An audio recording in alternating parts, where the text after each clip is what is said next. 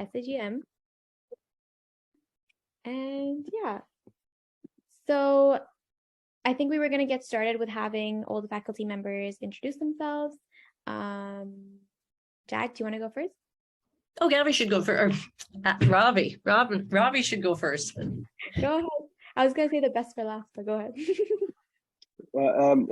Thank you, and thank you for inviting us. I look forward to meeting you all, and to a degree, I haven't had as much time to be released from my office. So I've had some interactions with Julia and with Sonia as well in several different places and several different times. But I'm looking forward to speaking with all of you. And as I tried to convey previously, but perhaps I haven't done so quite so well, is if my door is open, and some people have gotten to that space, but if my door is open, I'm always open for a spontaneous thing. You don't need to make an appointment to come in. If I'm there, I really look forward to meeting you and having these conversations in person as well. Quite frankly, because we can on occasion, and when we can't, then to do those things. So I am, as you know, new, and I am eager to see how we can start off on a good foot so that we can keep going in that same momentum. Perfect. Gavin, would you like to go next? Sure. Hi, everybody. Yeah, thanks for inviting us. I'm happy to be here. Finally, I know you guys wanted to get this done earlier. I guess I know some of you because you're in my second year class, but for those of you who I think I have pretty much met anyone. But anyway, I'm associate prof and also associate chair for this term. So it's good to see you all. I'll hand over to Jag. All right, thanks, Gavin. I'm Jag Carlock, also associate prof. And for this year, 2022-2023, I'm undergraduate program director, and it's lovely to see you all, and it's nice to be here. So thank you for inviting us. And would you like to go last? Oh, so sorry. There's one important order of business that I forgot to mention, which is that I can only stay till the top of the clock, till 6 o'clock. So I'm here for just that amount of time. Thanks. Hello all. I think I've met probably most of you, like at least like recognize your names through like emailing back and forth. But I'm Ben. I'm the academic and outreach coordinator, and I'm happy to answer any questions in terms of like course enrollment or RAMs or anything. So yeah, thanks for having me. Perfect. Awesome. Sonia, do you want to just do a brief introduction about the JCU and what we do for the program?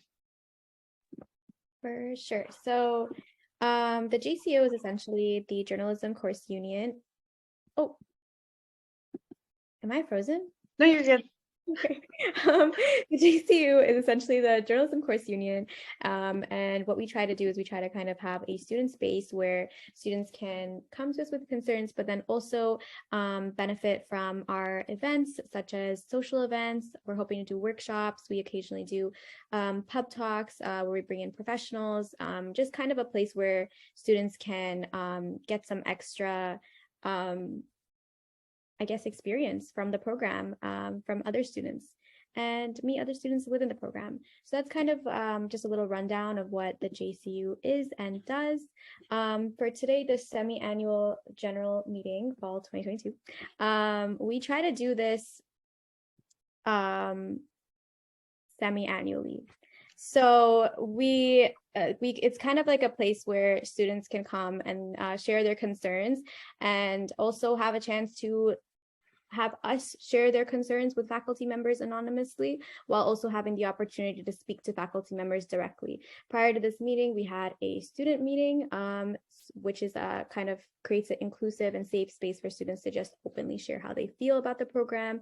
And it's really nice to have, because it's nice to have students being able to share the ways we can make this program better. Perfect. And just to save a bit of time for introductions, all the JCU members have their titles in their names if you'd like to recognize who's a part of the JCU right now. But they're also able to speak as students, so you might see them do that. But to kick us off for a land acknowledgement, we are going to have Livisa, our VP of Equity, speak right now. Okay, so as Julia said, today we will begin with the land acknowledgement, and I'll be defining this for folks who may not be aware. And the following is from the Toronto Metropolitan University page. This land acknowledgement is presented as an example of a place to start, and folks are encouraged to consider what their departments are contributing to truth and reconciliation. This can be shared by anyone, but we recommend that this be the event host who shares the statement with the audience and our participants. Toronto is in the dish with one spoon territory. The dish with one spoon is a treaty between the Anishinaabe, Mississaugas, and Haudenosaunee that bound them to share the territory and protect the land. Subsequent indigenous nations and peoples, Europeans, and all newcomers have been invited into this treaty in the spirit of peace, friendship, and respect. Thank you, Lalisa. And yeah, so I guess how we can go about this is before delving into the agenda, if there's any matters that any students who are present want to share now, you can do so. You can drop it in the chat, or we do have an agenda to go through addressing student feedback that we got from our forum.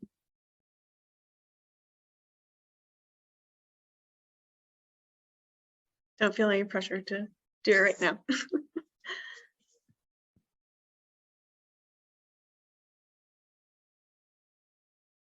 Okay, perfect. So if anyone does want to speak up while we're going through the agenda, you're welcome to mention it in the chat, and we'll switch over because we want to hear from student voices directly, which would be great.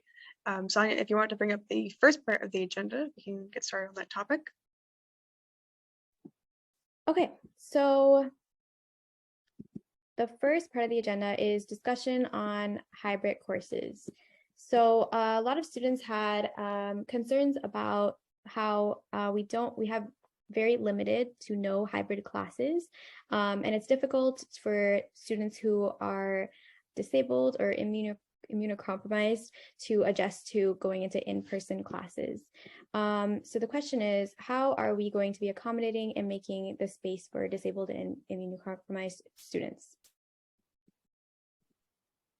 That's a good, excuse me, that's a good question, and it speaks to a variety of layers of things to answer, some of which are procedural and some of which are in relationship to how, when you're planning out the overall program, and Gavin can perhaps give an insight about how this year's courses came to pass, but within the context of that, I also followed up today with the associate dean for students, and to make sure that there was clarity on my end about what's there.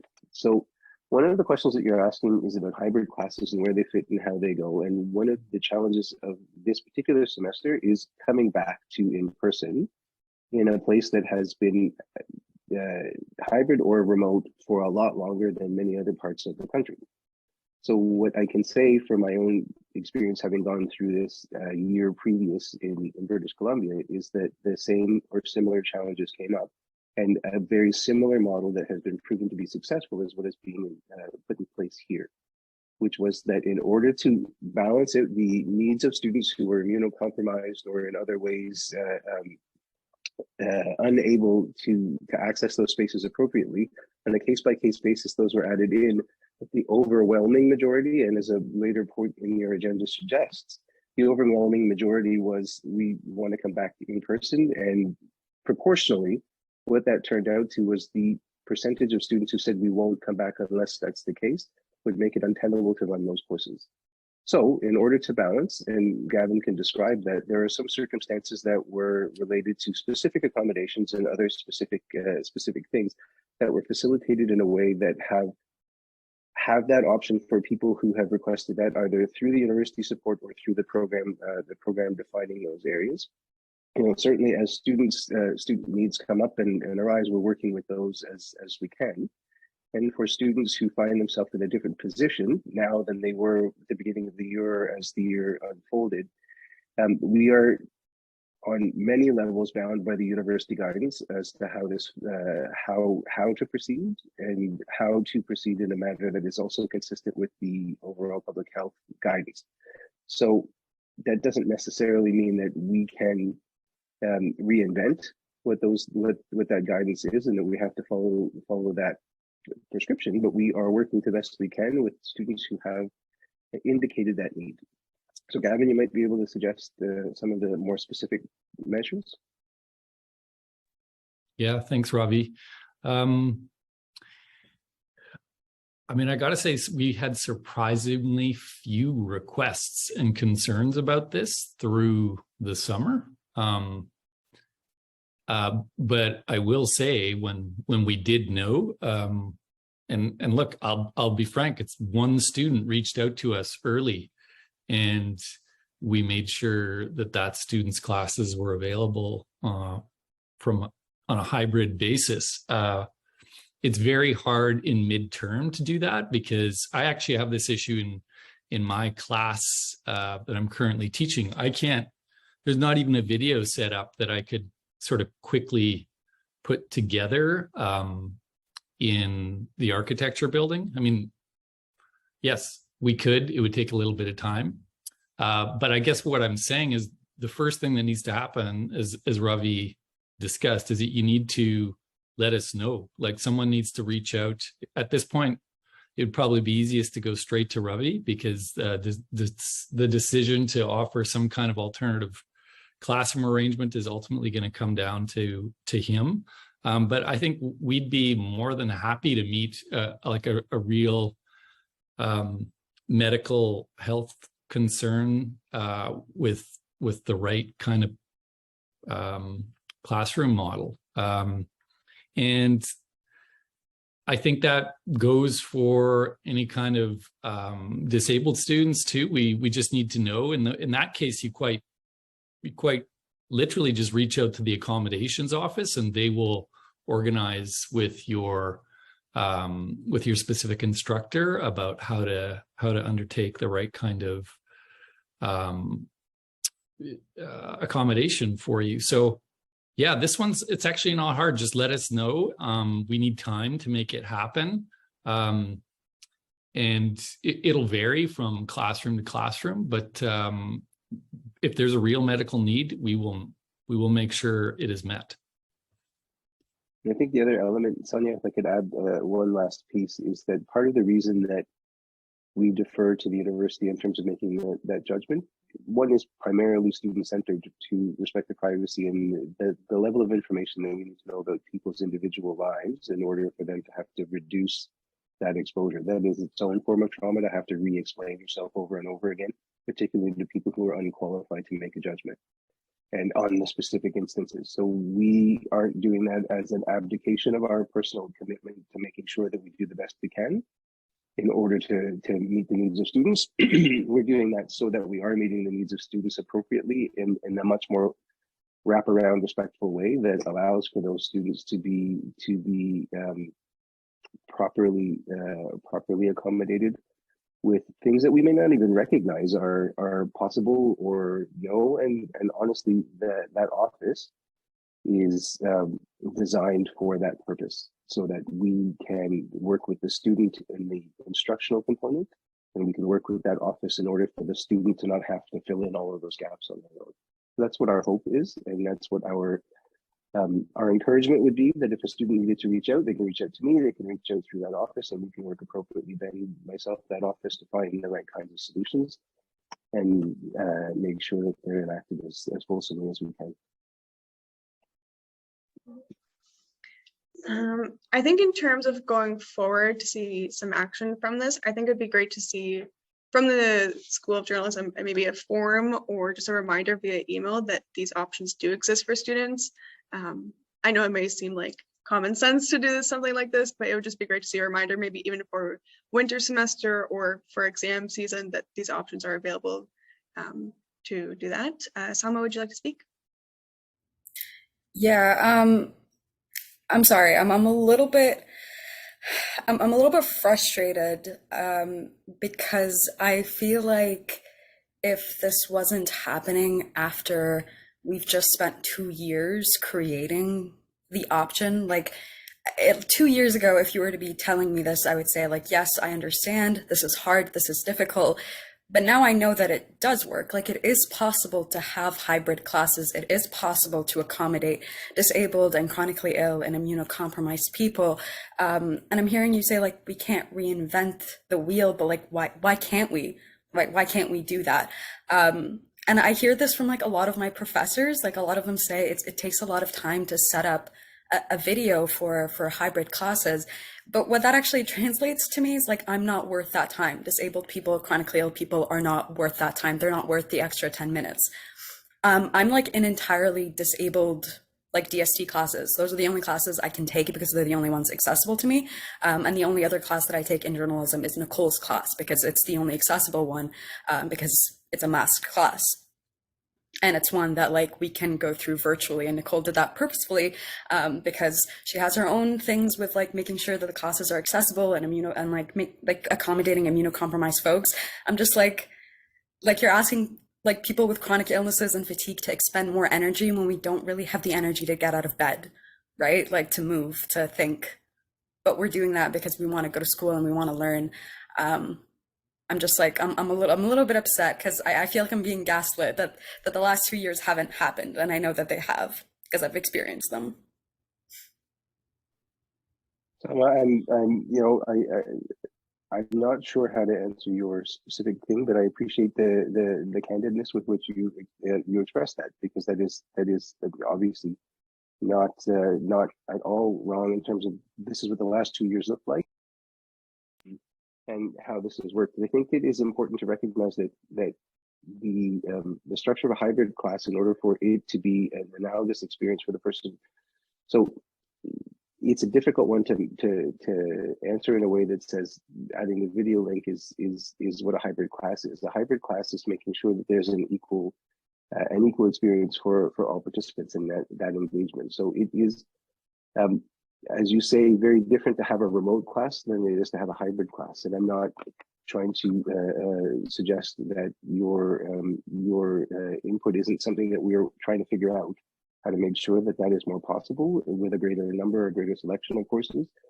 What I'm trying to suggest is that during the process of figuring that out, we have to figure out the difference between having a fully remote, in the last 2 years, fully remote classes are not hybrid classes. They're not even remotely hybrid classes. And then and unfortunately, we've all had to experience the fact that the translation of one being an in-person analog class and a digital delivery class is not the same as being a class that's being delivered digitally, deliberately, and purposefully to provide the same quality of education. So the translation from the last 2 years to now still requires that step of figuring out the hybrid component. And to my knowledge and my experience, there are very few legitimately functioning hybrid classes. There are classes that have a discounted version, which I think would be a disrespect as much as an absence is a disrespect, where there is lack of engagement and so on, because there's a need to figure out how to do that properly and inclusively. That is on the agenda as a part of our overall approach to how we redesign the classes that I'm not sure what year you're in. I forgot what year you're in, but that is certainly something that we've got on the horizon to try and work through. I understand. I really, really do urge the school to learn from disabled folks, to learn from the Disability School of Justice. It has been one of the most accessible experiences for me, reaching out to Eliza Chandler, reaching out to the people who have been making this work for years, because like it's not a utopia, right? It exists and it has been effective. And it hasn't actually led to a lesser degree of education. I learned more in that school than I've ever learned in my entire life. The Disability School of Justice is, like I've considered switching into that program because of how wonderful and remarkable the people are and how accommodating they are to my personhood, and to my other, disabled kin. I don't actually feel that type of accommodation in the School of Journalism, unfortunately. Well, I thank you for that connection or that notation, and I rather sincerely thank you. I'll follow up because I'd like to find out more about that to take that advice from people who are already doing it successfully. I think that is something that we need to figure out how to integrate properly, and if they are already doing it, that's a remarkable start. I appreciate that. Thank you. Okay, I think it would also be great to see something maybe slightly improved for winter semester, or maybe just more recording options. That may be a great start there. But if anyone has any more comment on that, we'd be happy to hear it. Until then, Sonia will move on to the next item on the agenda. I'm going to give it a second. Okay. So the second item on the agenda is discussion about JRN 412 with Marsha Barber. So this is a comment that is specific to a specific class. The comment is, the course uses ableist and traumatizing documentaries predominantly produced by white men. The professor also perpetually defended and spoke highly of Robert Flattery, someone who invaded and exploited an indigenous community for his renowned fame. My classmates and I were constantly devastated by this class, which was advertised to us as a brave space, not a safe space. Taking a class as a marginalized person shouldn't be a tremendous act of bravery. So that is the comment. There's been, we did reach out to everyone, all the professors who were named, and invited them to our SAGM. And yeah. So I like you to know that we're taking it. We've taken this comment and this input very seriously, and we've had a conversation about this particular thing.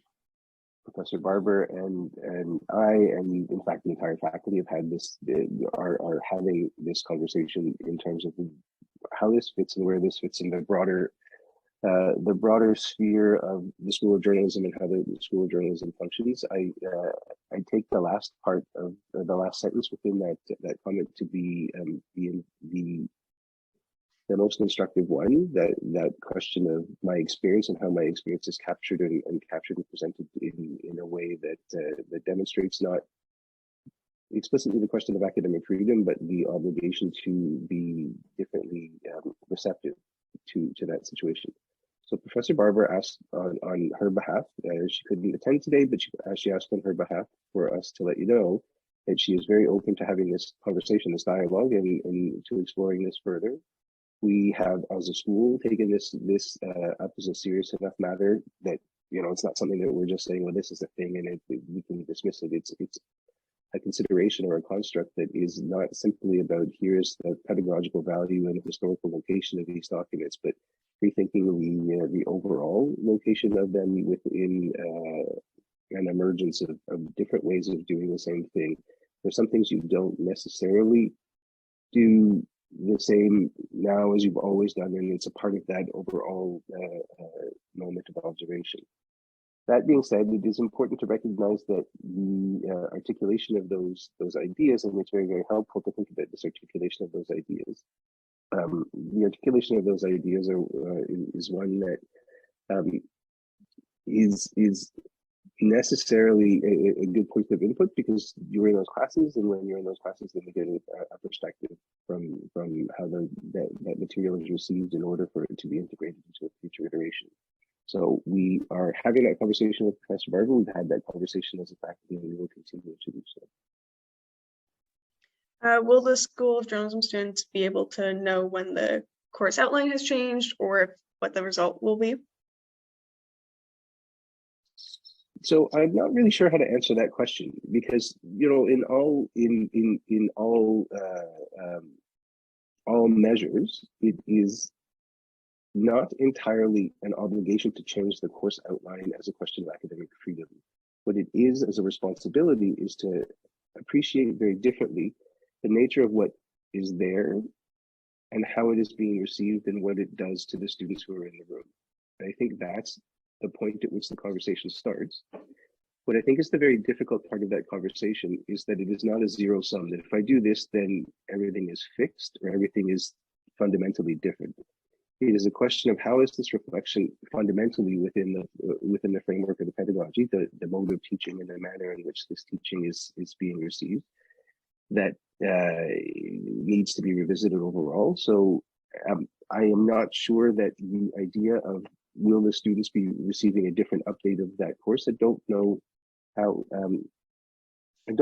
to really respond in that specific instance. Gavin, do you have any thoughts on that?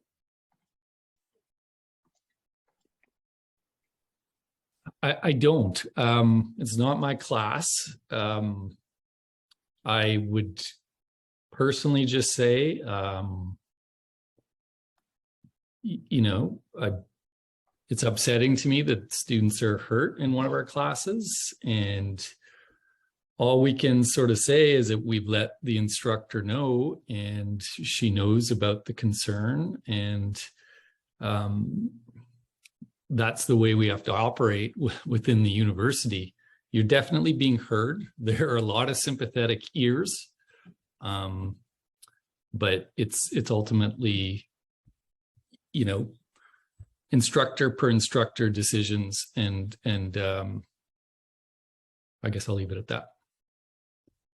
Perfect. Nylin, did you have a comment related? Yeah, I just wanted to mention, like, I understand that you can't just go changing course guidelines whenever a certain student has an issue with it. Not everyone's going to like everything that is taught in a course, but when it's something that's this extreme where a portion of students don't feel welcome in a class, it is something that might have to change. Just saying, oh, it's up to the prof to decide what course content she wants to use. I understand that, but I also feel that word of mouth spreads very quickly between students. And I'm enrolled in this course next semester, and I'm feeling apprehensive about taking it. And I'm not a marginalized student, but I don't want to support a class that is going to make my friends and peers uncomfortable.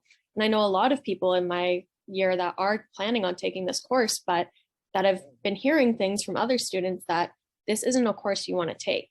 And if that's what's happening to the course, if it's going to die because we're unwilling to reevaluate the course outline, I feel like we need to weigh the consequences. I appreciate that input, and then we will convey that information back to Professor Barber. And as you say, there is that delicate balance between the ability to have difficult conversations and the ability to be reflective of the fact that the difficult conversations should not be at the expense of one over everyone else. And I think that's a value that we've conveyed rather explicitly, but it is within the framework of trying to make sure that there is, as you say, that awareness that the consequences of this are not just singularly I get to choose or I don't get to choose what's in or not inside my course, but how it is received and how it's been received differently over the course of time. And we will convey that information. And I don't mean that as a glad handing answer. It's legitimately what we will do. Thank you for those comments. And the JCU will actually follow up on this concern during our winter SIGM, just to ensure that concerns are being followed up on. And it'd be great to see what has been changed with the course as it will happen during mid-semester in the winter. Sonia, would you like to read out the next concern? Yes. So this next concern, we've had several comments about. Discussion about JRN 344 with Ania Besonov. I'm going to read out the comments. So the first one is, it appears the course was recorded for online delivery in 2017. I would appreciate more updated examples to illustrate course content. Law is a subject that lends itself to in-person discussion and debates more so than in an online discussion board.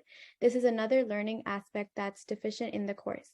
I want to physically experience what I'm learning. I don't want to watch videos of my career. The second comment is JRN 344. I want to physically experience what I'm learning. Oh, kind of the same thing as the last one. I'm actually in this course right now, so my personal, I would like to say something as well. This is actually a mandatory course, I believe, for third-year students or journalism students in general. So it is a little bit difficult to retain information when it's outdated. I know Julia mentioned this earlier to me, that journalism is always changing, and to learn from videos that have been recorded almost 4 years ago, it does feel outdated and it doesn't feel engaging. And I do agree with the first comment about how law is usually a subject that lends itself to in-person discussions and debate. It's really difficult to learn or retain anything when it's video after video and readings. And I know it's made to kind of have a hybrid approach and pertain to people who are working or have to tend to their families. But at the same time, I don't really feel like I'm learning much from this course. So I just wanted to put that out there as well. So one of the things that we've done within this class is that we're looking at what, so we're going through, and as the university does, we vet a syllabus or an outline beforehand, just to make sure as a department internally that it's consistent with the nature of a variety of different checks and balances within the curriculum. And subsequent to that, during the course of the semester, various instructors at different stages in their career are receive a teaching assessment. So a teaching assessment evaluates a course and looks at how it's functioning and looks at the nuts and bolts of it. An online course is actually really highly unusual relative to the other. Just sit in the classroom and observe somebody teaching assessment. So in this particular class, there are a few things at play that we have heard you, and in fact we're in the process of trying to establish. In fact, we heard you based on this, but we also heard you prior to this. We have not specifically from students, but really specifically from, well, if I put myself in this position and I'm looking in this particular course when it was assessed, what should be different? And we share a lot of those similar concerns. Part of that is a multifold moment of reflection for me as a new chair, recognizing where instructors who are hired have a very different understanding of their capacity to customize and to deliver courses in a particular format that is not received and then repackaged or redelivered, but is really about every year, how do I update and how do we do that? So that's a deficiency that we're addressing. The other portion of that is that within that question of that volume of learning and that magnification of in-person versus not in-person, it is that same balance that we're trying to strike as well. So as I understand it, this is one of the few fully online courses, and it was, as you described, online fully for a few different reasons. And the course overhaul is certainly a part of those reasons, that we're going to look at how this is better positioned and done in a different kind of way. But Gavin can attest to the fact that the material has been reviewed rather extensively and right now, so within the last several weeks, with some very specific technical recommendations that we're going to be addressing. Is certainly prior to its next delivery. It's a bit of a challenge in the middle of the semester to pivot fully, but it is something that is already underway. Yeah, I'll just echo a little bit what Ravi just said. I mean, not to put too fine a point on it, but we agree it needs some updating. And we did it did get some treatment in the past year, was kind of made far more accessible from a disability point of view. But yeah, we had plans to refresh it, and unfortunately we lost one of the, look, I'm giving you maybe detail I shouldn't, but we lost one of the instructors who was going to be doing some of the updating, and I guess we will get to it. I hope you understand. Yeah, and it's in the sooner than later part of our agenda, in terms of, particularly given that it's a core course, and it is not singularly an update as in make new videos. It's also revisit the overall delivery format, revisit the whole thing, ground up kind of a revisitation. Partly because of student feedback, that such as the one that you have, that solidifies some of the observations that we made as well. They concur in an exact intersection that says that we're on the same page, and we're working towards that resolution. Concerns mentioned in JRN 103 student. Oh, that was in the student portion. Inconsistency between how individual sections get created and the differing instructions everyone is receiving. So essentially the concern that the student had was that a lot of the first year classes, they're like broken up into sections, and not all the students are receiving the same instructions as the other students in the other sections, despite doing the same assignment. So it's kind of resulting in differing grades, and that's because of them not receiving the same instructions, if that makes sense. So misunderstanding of expectations from students, because it doesn't seem like all the section professors are on the same page. Gavin, I did see that you had your hand up while Sonia was speaking. Did you want to quickly comment on that?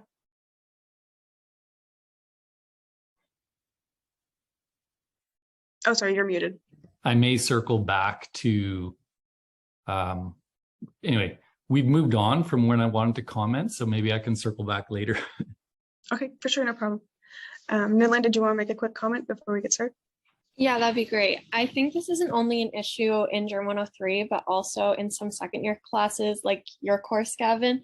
A lot of courses that are structured in the way where there's a lecture and then the long lab portion where we are split into groups. I think it's a really good model to allow students to get that one-on-one experience with their professor or with their lab instructor.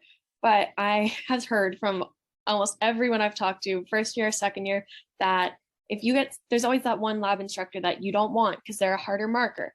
And personally, I have an issue with every time I go to a different instructor, they teach me a different way to write. And I don't feel like I'm learning journalism. I feel like I'm learning how to write to their preferences, which I understand in the industry. Yeah, you're going to have to please your editors, but it seems like a lot of the course is trying to figure out what your instructor wants and not what you're supposed to do for the course. I feel like that's somewhat directed at me because I'm one of the instructors who teaches these multi-section courses. This is a tough one. I mean, it kind of goes back to the discussion we had around how different instructors approach their teaching. And, you know, the model we have just in the way of background, we make a lot of efforts. Like in my case, I spend a lot of time trying to manage how all the assignments are going to look so that they look the same. And it actually doesn't have to be that way. It's not an obvious thing. Like we could offer literally 6 different sections that are taught in vastly different ways, but we put a lot of effort into trying to make it all point in the right direction. So I don't want to get, I just want to tell you, we know it's an issue and we try to make it work. But I will just say, look, there's going to be differences, especially related to. Sorry, Gavin, you muted your. Yeah, I muted myself because my dog was starting to go a little bit wild. Not about anything I said, just someone was coming in the door. Where was I? Yeah, and with regards to the grading, we do look at that, and we actually get together as instructors and we make sure that there isn't we actually aim for an average across all the sections, an average which is within 5%. So that part should be more or less looked after. I mean, there's always going to be some differences. And with regards to writing to, I don't know, teaching to writing style, that one's hard to speak to. I think that you're probably kind of underplaying the amount of journalism you actually are learning about in addition to the writing style. I think communicating efficiently and clearly is probably mostly looks the same across the sections, but yeah, for sure there's going to be some differences. So that I'm speaking to my course. That said, all of that said, I can try better. I mean, I do need to hear. It's one of these things where we do need to hear where you feel like you're getting vastly different directions, so we can clear up the questions, and we can certainly pass that message on to Nicole too, because that's the other major course that has different sections. I'll let maybe Ravi speak to some of this now too, or maybe I've exhausted your interest in it. So Nalin, you had your hand up, and then I'm happy to speak to something. Yeah, I just wanted to say one thing. Like, I definitely did not mean to underplay. Like, we are learning journalism. The program is great. It's just that when you are going from the first year courses, which is what the complaint was about, and then you go into second year and it's the same thing of being bounced around different lab instructors and being told contradictory things by them that it becomes frustrating. That's all. And thanks for that answer. Like I'm glad to hear about the grading method. So Nalin, I think it's not, actually, to be honest with you, it doesn't really matter that it happens in any class that's large. It doesn't matter at all because there are mechanisms in play in many of those situations. And there is this uniqueness about having multiple instructors, which is a value, but also extraordinarily challenging to make sure that everybody's on the same page. Having looked at Jag and Nicole's orchestration of those two particular courses, it's fairly consistent with my previous experiences of having had so the largest class I've ever taught at any one point in time, and for the last number of years, all of my classes were small. I didn't have a single teaching assistant or lab instructor. They were all very small classes. But the largest class I ever had 19 teaching assistants, and the range of difference between them was it's quite challenging to make sure that it's there. So Gavin's suggestion is core to how we make sure that's being approached. And if there are differences, and as you say, some people prefer or don't prefer, or some people dislike, or some people recognize challenges in one instructor over the other, that's something that is helpful to know so that we can, in particular the course instructors who are in charge of large multi-section classes, and make sure that they're coordinated, because at the end of the day, the student experience in the one class is about the large class and not necessarily just about the differences between all of the smaller lab sections within it where the grades are actually awarded. So that coordination is valuable and necessary in what you're saying, and I'm hearing, and I think Gavin is hearing as well, being a little bit tighter on it and being more attentive to some of those differences that are going on right now is fundamental and key. I think also just another solution, I know the School of Journalism puts on orientations for its faculty and staff. I think maybe bringing up this concern there would be great, so the professors are aware that maybe they should be tighter on what their course lecturers and instructors can put in their slides to make sure that students are getting the same information, or just bringing up the fact that they need to be communicative of what they're teaching in their sections. I think that would be a great solution, along with the other ones that were mentioned. Before we get on to the next concern, I just want to ask if any of the faculty or staff have a hard out that they have to be at. I know we were scheduled to go till 6:30, but I think we might stay later if everyone's available. I have a few extra minutes. Yeah. Me too. I can stick around a little later if anybody has Okay. anything. Perfect. Sonia, do you want to bring up the next one? Yes, just quickly touching on the last concern. I think another, like, it is very versatile to have all these instructors coming in with their own experiences, but at the same time, I remember in one semester, an instructor would teach me something that would completely contradict what the instructor in the next semester wanted. So I can understand the students' frustration or confusion, because something that you feel like you're learning that is right and is proven completely wrong in the next semester, and you're actually getting marks taken off because of that, is definitely difficult. For the sake of time, I'm going to move on. This is a first year concern. This person felt like they weren't prepared to do interviews or know the etiquette of reaching out to potential sources. They mentioned that the program is very kind of throwing you into the deep end, but at the same time, they did not feel prepared at all. A suggestion we had was possibly more workshops before story days. I'm going to open the floor to anybody who wants to address this. Sure, I'm happy to talk about that. I will give that feedback to Nicole, who's teaching that class, that would be a valuable and viable option.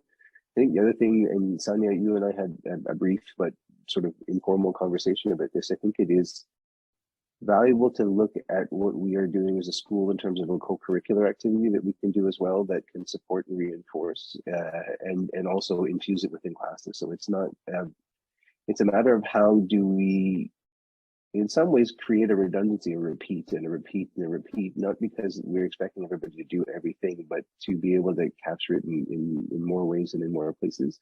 So that's something that I would look forward to talking to Nicole about. And I'm speaking to her tomorrow, so I can tell her about some of these questions and suggestions. The other thing that I think is important and instructive here is I had a conversation not that long ago in fact, about a week or two ago.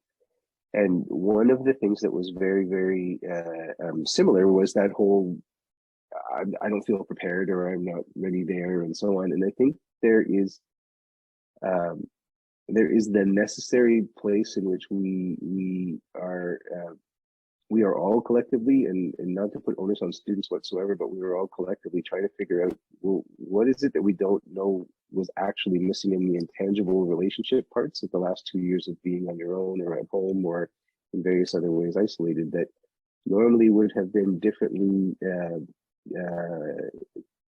developmentally different than it is right now. And as much as it's hard to think, at the end of high school, beginning of first year is the developmental stage. It is a developmental stage that the research is all showing across the university sector, entirely across the entire post-secondary sector, is things that people had anticipated but didn't really recognize fulsomely until now. So this is definitely good feedback for us to be able to let them know that that's a value added and something that we can do in parallel as well.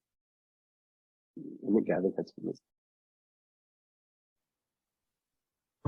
I just wanted to answer, thanks for, Ravi's absolutely right, especially related to kind of the social clumsiness that COVID has sort of dropped on all of us. But actually, it's funny because I answered that very question in a lab yesterday about how to communicate with sources in an email, and it's a great question, and there's a very simple and direct answer, and like the student ought to just ask her instructor or their instructor that very question. What does my email look like? Like even down to what does the subject line look like? What kind of deadlines do I give? How do I introduce myself? All these things. It's a little bit of practical advice that any one of your instructors should be able to answer. And in fact, any instructor, I think, would answer that in an email after class. So I guess this is one of these things, please ask. If something feels like you're missing or you need a little bit more support, just please ask. Yeah, I know Nicole's really great at this. I TA for her, but usually at the end of her years that she's been teaching here, which is only 2 so far, but she usually asks students to fill out a form if they have concerns, and then she revises her course outline to address them. I think that might be great to be brought up to almost all professors about that. And I know a lot of the answers to these questions are just like ask for help. I think also just making sure that's available to students, because I know some are shy or anxious about reaching out. They might seem like a bad journalist or a bad student if they ask too many questions. So I think just reiterating that between professors and stuff. Ravi? So Julia, yeah, can I add, I think that's actually a really big point. The idea of how do we manage the distinction between if I'm doing this, I'm perceived in one way or another. As a part of my overall orientation within the school, and as I'm getting more used to what the historical culture of the School of Journalism is, the practice of the individual professors, which is a part of the culture, but also parallel to and separate from it, and those sorts of things. I think that is a part of the culture of this is a space of learning rather than as a just drop right into 4 years straight up journalist. It's different stages along the way that are overall and fundamentally necessary to revisit in terms of their overall structure. How are we inviting in different opportunities for students to experiment, to engage, but to also recognize that it's not a pass-fail. If I ask a question, I'm failing as a potential journalist situation. I don't think that Gavin would argue that that was what was there or perceived to be there from a faculty perspective. I think that it would be probably entirely the opposite. And yet at the same time, receiving this kind of feedback is a suggestion that not we need to do more is not the answer, but that is the answer in a way. We have to be a little bit more pronounced in doing so. And there's something that you may not, I mean, it's not a student question, but as a question I even brought up with Gavin last week. I've been having regular conversations with a lot of the part-time faculty, people who are teaching one course or perhaps a couple of courses and have been for some years. And I had a similar sort of, I'm not sure if I can ask this question conversation with 4 separate people in 1 week. And what I suggested to Gavin was, have you ever thought of having, I've been teaching for more than 20 years in various forms, and it never occurred to me until this fall. You ever thought of just having an office hour for faculty who have questions about what is going on, how are things going? We assume that you bump into people, but if you're a part-time instructor and you're there for a period of time and you think you're putting somebody out, then it's a little bit harder. I have not yet had, and I mean this not as a cop-out, but I have not yet had a capacity to say this is protected time just for students to come and ask these questions for me in a way that is inviting rather than just, you know, an availability or something. I'm going to look forward to creating that space a little bit more concretely, that has an outreach component that is not simply wait for you to come to me, but also looking for those spaces to come to you and ask for that feedback and solicit it.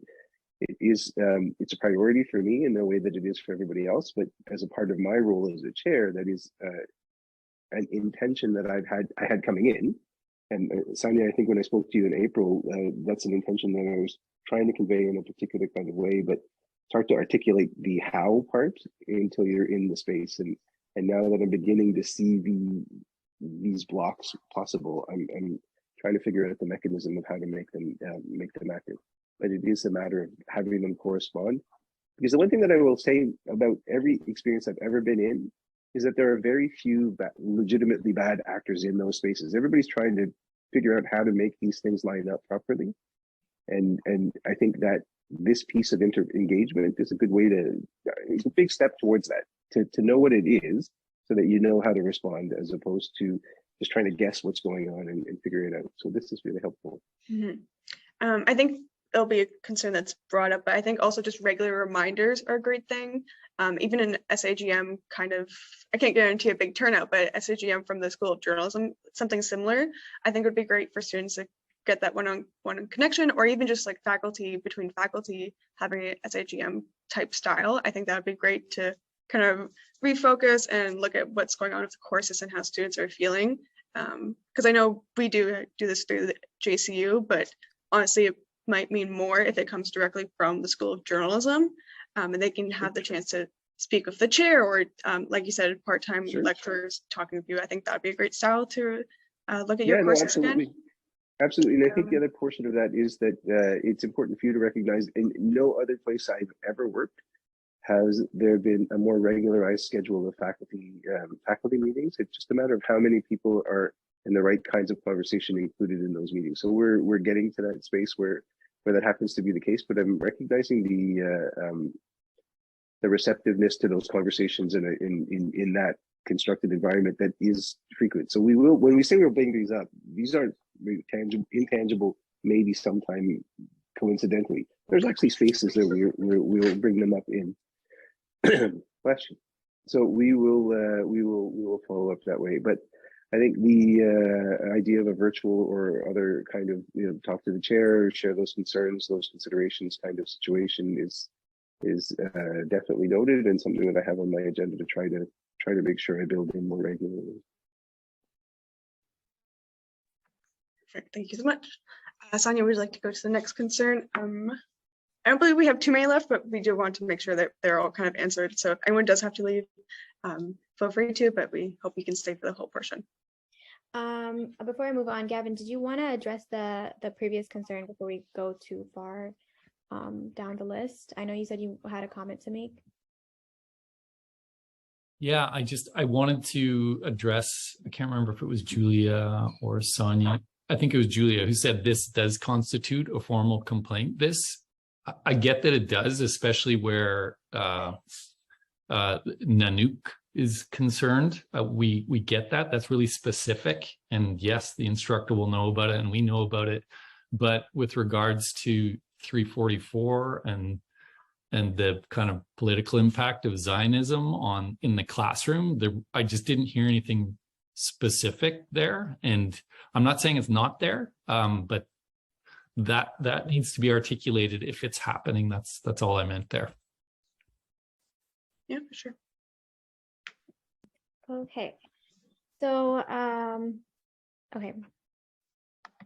Is another comment. Lots of JRN courses and professors advocate for and say they're here to accommodate students, but have nothing actually in place for them. requesting for more mental health emails, more in-person classes, and more diverse chain of professors. So I'm curious about a couple of those things. Part of the previous one, probably the A is indicated a bit by the B. One of the things that I will say is the more diverse chain of professors is something that Gavin can attest to. We have a representation of professors that is shifting, relatively speaking, relative to university time, exponentially faster than I would have ever thought possible. We have over 40% of our faculty are equity-seeking, visible minorities, racialized people. We can always do better in terms of reflecting how representation is not the same as inclusion, and looking at the ways in which those are part of the thing is a core portion of that.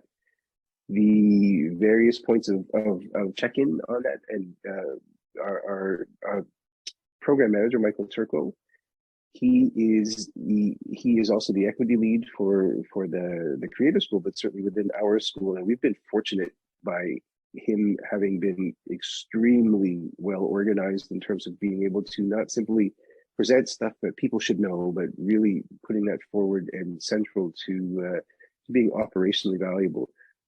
He and I sit down and we revisit this regularly. It comes up in our conversations in terms of our faculty meetings on a regular basis. Those elements are there. The question of the more in-person classes is in some ways an interesting juxtaposition to the earlier one, which is there are too many in person and not enough hybrid. And that's really the tension that we're trying to deal with, because you can't have more if 90% of them or greater are in person. I think that's really the ultimate balancing act that we're trying to adjust. And to Sana's point, I think there is not it's not a trade-off that the one is worth more or better than the other. It's a matter of how we balance those two. So that's valuable. The mental health emails, I would like to know what that kind of entails, or what because that's an interesting idea, but I'm not sure what specifically it's referring to.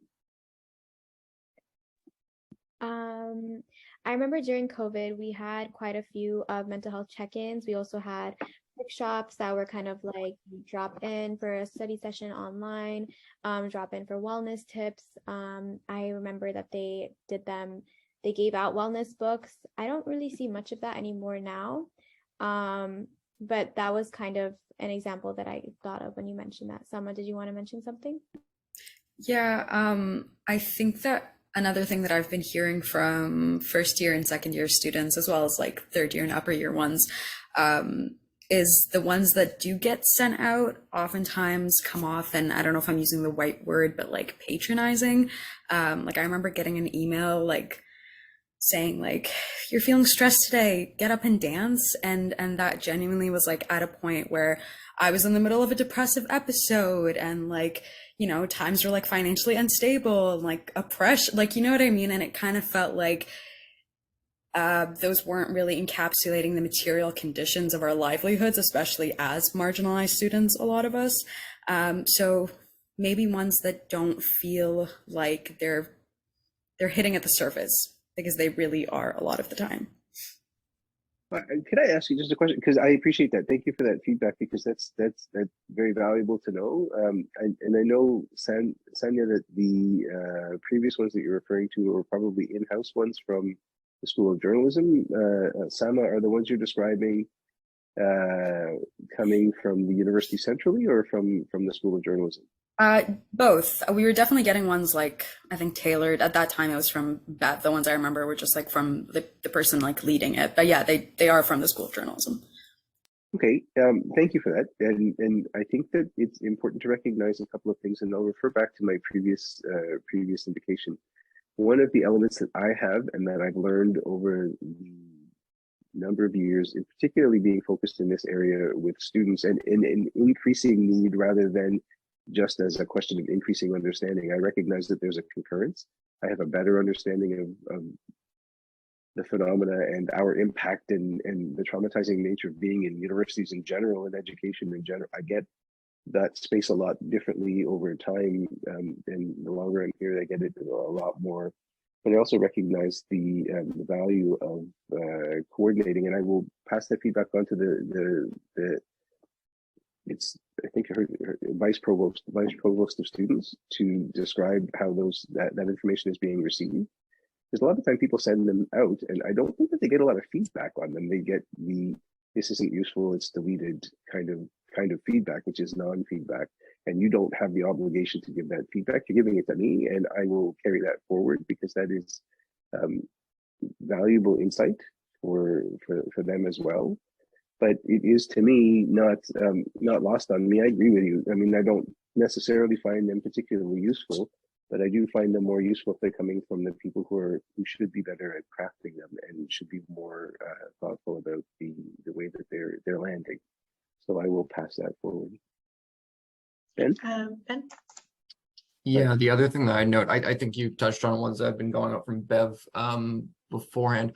I think those, like, to my knowledge, we were getting kind of enough students, like, basically asking why these were being sent out, to the point in which we stopped sending them. But I think potentially some sort of revamp after hearing that could be more useful, and really taking a look again at, like, what specifically is going out, and kind of potentially looking to start putting those out again, but really kind of look at the content and reevaluate. Yeah, and I know we just did our Healthy Harvest through the School of Journalism. Like, even that's a fun little mood lifter. So even more smaller ones of those, I think that'd be a great idea to, like, for smaller occasions. Also, Bev was the one sending them out, but I think also including them more maybe larger projects, rather than just like small emails of a YouTube video link saying breathe 3 times, maybe more in-depth ones that can take in the current situation of the world or people living in it. It might make people relate more, and honestly stop sending emails saying this isn't working, because they can actually relate to it, or it's gain some information through it.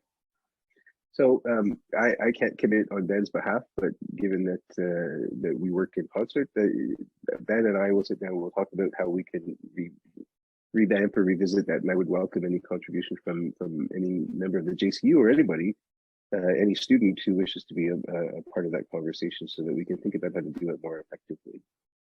Mm-hmm. Great. Sonia, would you like to go to the next concern?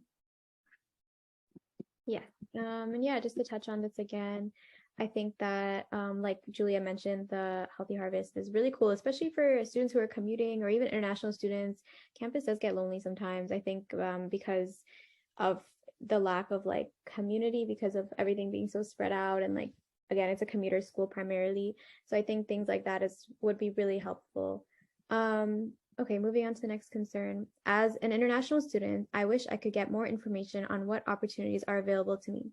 I find it deeply disheartening that there is no job postings in Career Boost for international students in the Department of Journalism. I want to get more involved, but somehow constantly feel like an outsider. So I think there are three different things there, and I would help for me to understand is the no job posting and Career Boost for international students, and then within the Department of Journalism, is it that there are none that are designated for international students or set aside for international students, or is it that the School of Journalism doesn't set some aside that there are in other areas? I'm assuming that they mean that the School of Journalism doesn't have it set aside, because I think that for international students, when they go on Career Boost, Julia, let me know. Yeah, there's a specific, so there's like domestic job postings and then international postings. Sometimes they don't get duplicated to international ones, so they're not available for international students. So just like maybe making them available. I know I'm not an international student, so I don't know it specifically, because I've always looked at domestic postings. But just in terms of, you have to click something specific to let it be available to international students. I know it's more complicated due to their visa or the schooling in terms of paying them, but maybe just taking that into account and making some specific positions available to international students, or at least having the job posting there would be great. So if I'm understanding what you're saying, and again, I'm new to a lot of these procedural elements, so I want to make sure that I understand what you're suggesting. And so, Julia, based on your description, it's not that these are jobs designated entirely for international students, but jobs that can be available or applied to because some are not available to international students for them to apply? Yeah, so some are selected to not show up for international students.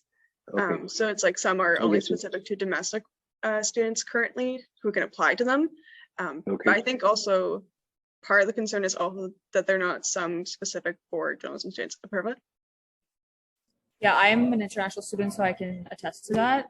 When you basically open Career Boost, what happens is that it gives you, like they ask you to log in, and Career Boost is now Recruit Students. So when you log into Recruit Students, it directs you to the same Career Boost page. And there's like two types of, so there's something for law students, there's something for domestic students, and there's postings for international students. So firstly, postings for international students are like 35, 30. It's very low in comparison to domestic. And then when you actually look at the international postings and you go in, there's nothing from the School of Journalism for international students under Career Boost. I think that essentially is what it's trying to say. Thank you for that clarity, Gavin. Is that something that Jacqueline and I and Michael talk about, or is that where exactly did we explore that situation? You might want to touch base with Jacqueline, and maybe Daniela could help. Okay, so perfect. Thank you for that clarity, because that is, like I said, this is a complex school in terms of the range of different things that have sub ranges within them, and knowing that from the end perspective is really, really helpful for us to know. And I will get on that, because I think that is, if that is something that is doable within the frame of what we have available to us, I don't see why we're not doing it. So I think that's definitely something that should be explored. And so here's another thing, and I don't mean this as a diminishment of that concept.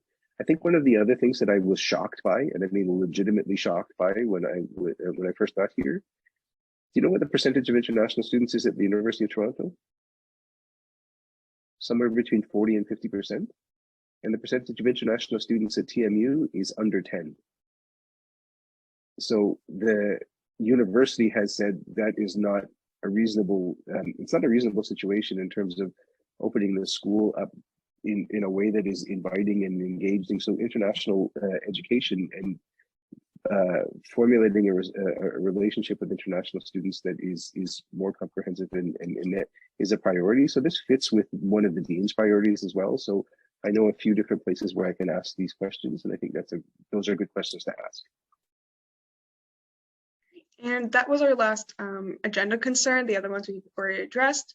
So I'm going to open up the floor for general discussion, or if you want to go back to a concern and that you've thought of, you're welcome to. Gavin?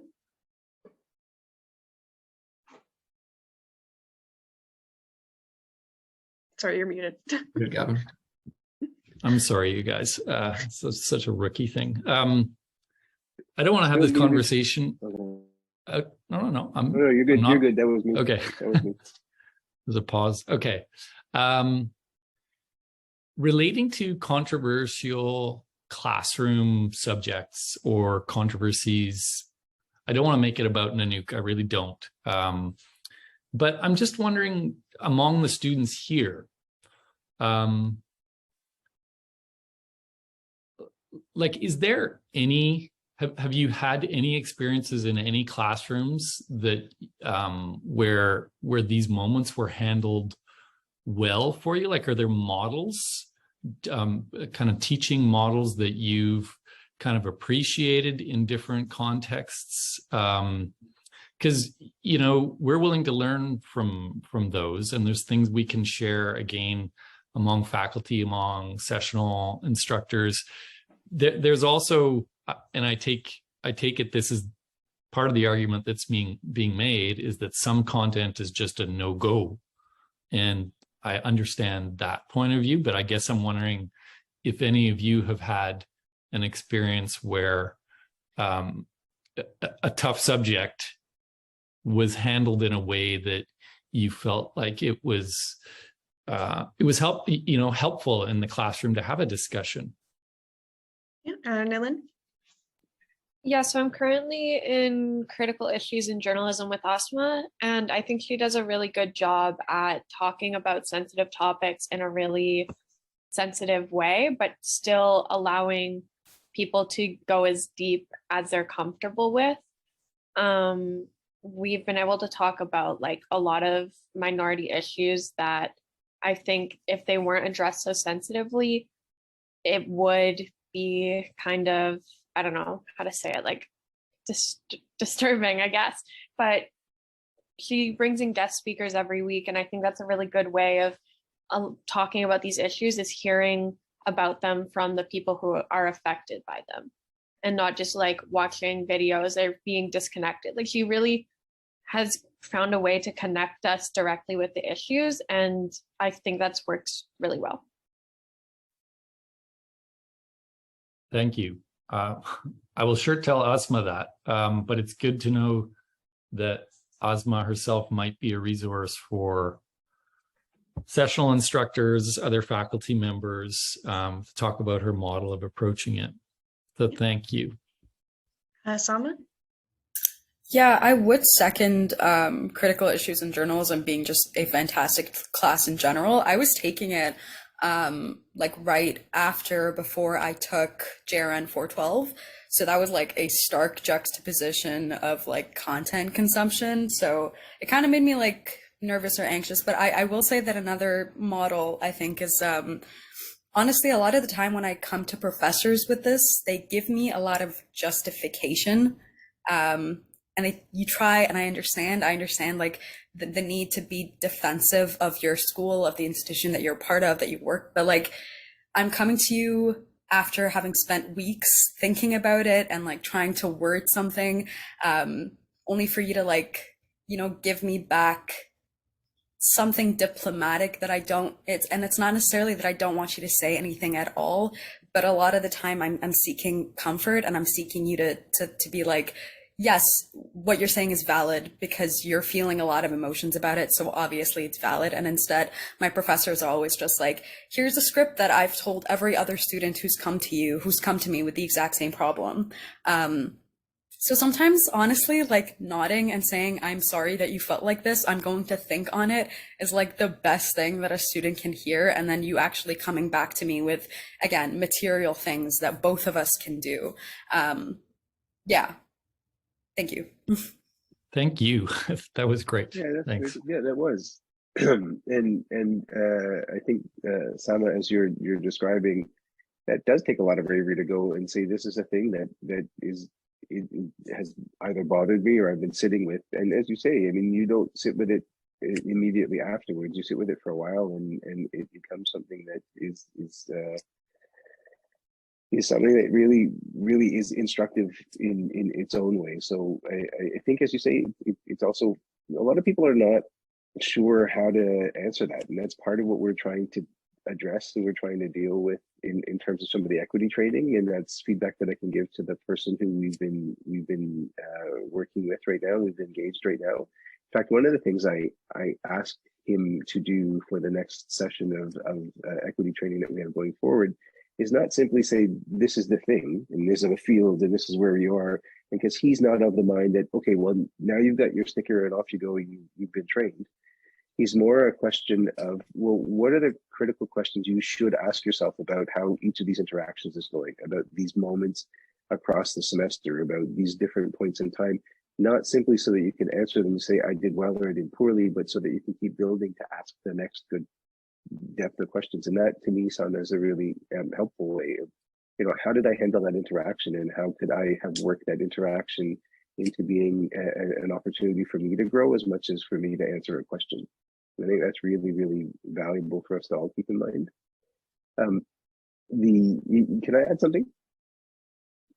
So one of the things that we've got a few different things we've got actually, of the new faculty members we have, Eternity Martis and Sherry Okeke, as well as Angela Mishri, who is a limited term full-time faculty member this year.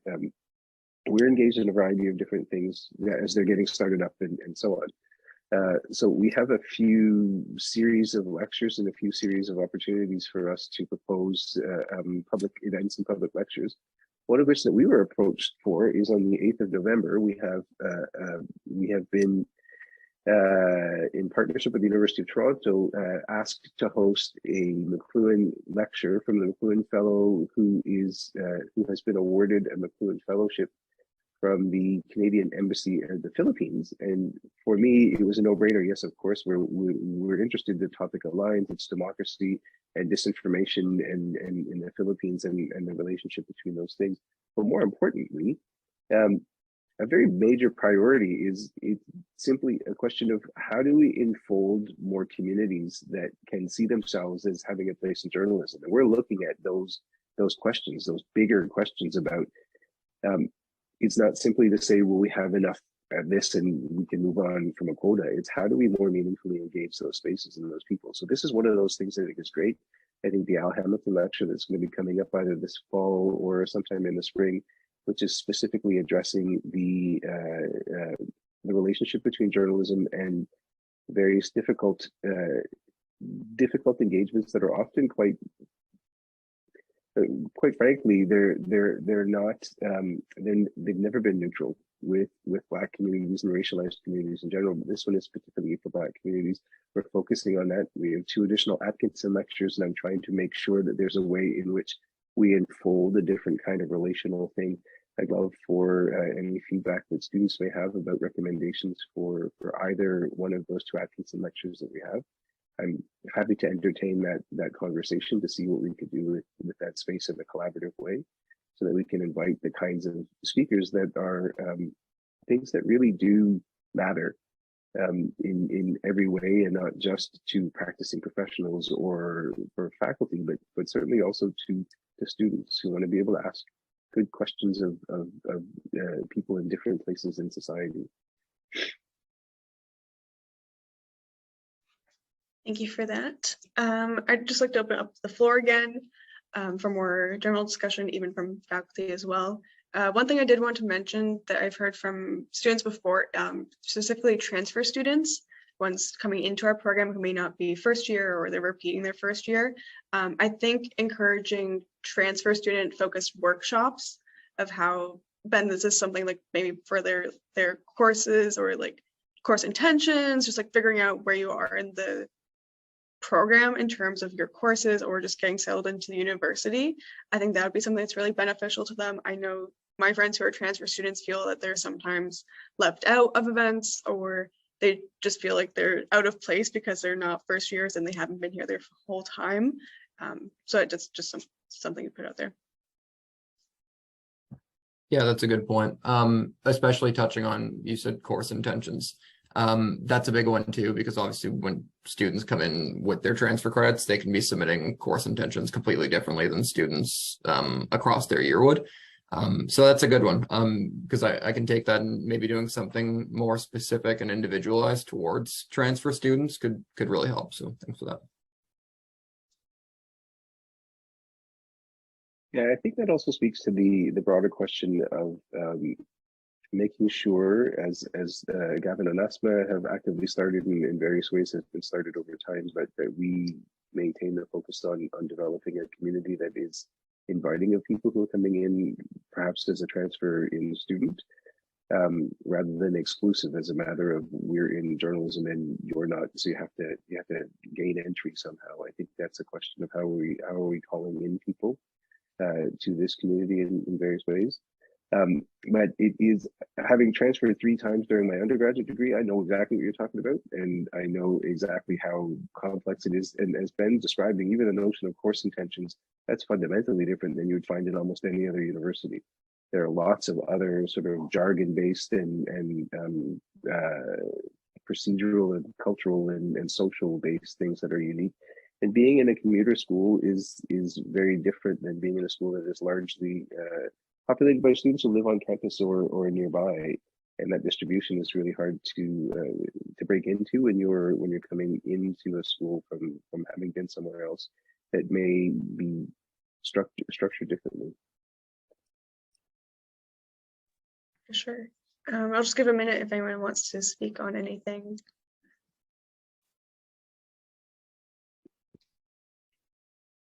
Sonia, you're unmuted. No, I'm just preparing if anyone has anything to say. Okay, perfect. I'll give the chance for faculty for closing remarks if you just want to address anything, or maybe for future work, anything like that. I'd like to take. I'm glad to have been a part of this meeting, and as you all identified, these are not easy subjects. These are all challenging things, a lot of them, and it's very good to have this as a respectful dialogue so that we can engage in them, and certainly so that we can engage in them in a way that is not always going to. I'm not going to lie to you. Is not always going to come to a resolution that is exactly shaped the way that you think it is, or you think is going to be. But without the conversation, we can't know which directions that we think we're going in properly that are perhaps going in a different direction than we imagined. So I appreciate that, and thank you for that. Great. I just want to say thanks to. I really I value coming to these, and thanks for the invitation. Great. Glad to have you all here. Yeah, so the recording will be available on our JCU card. You can find it through our socials, and you're welcome to rewatch any of it. And yeah, thank you guys for coming out. I'll just pause the recording here then.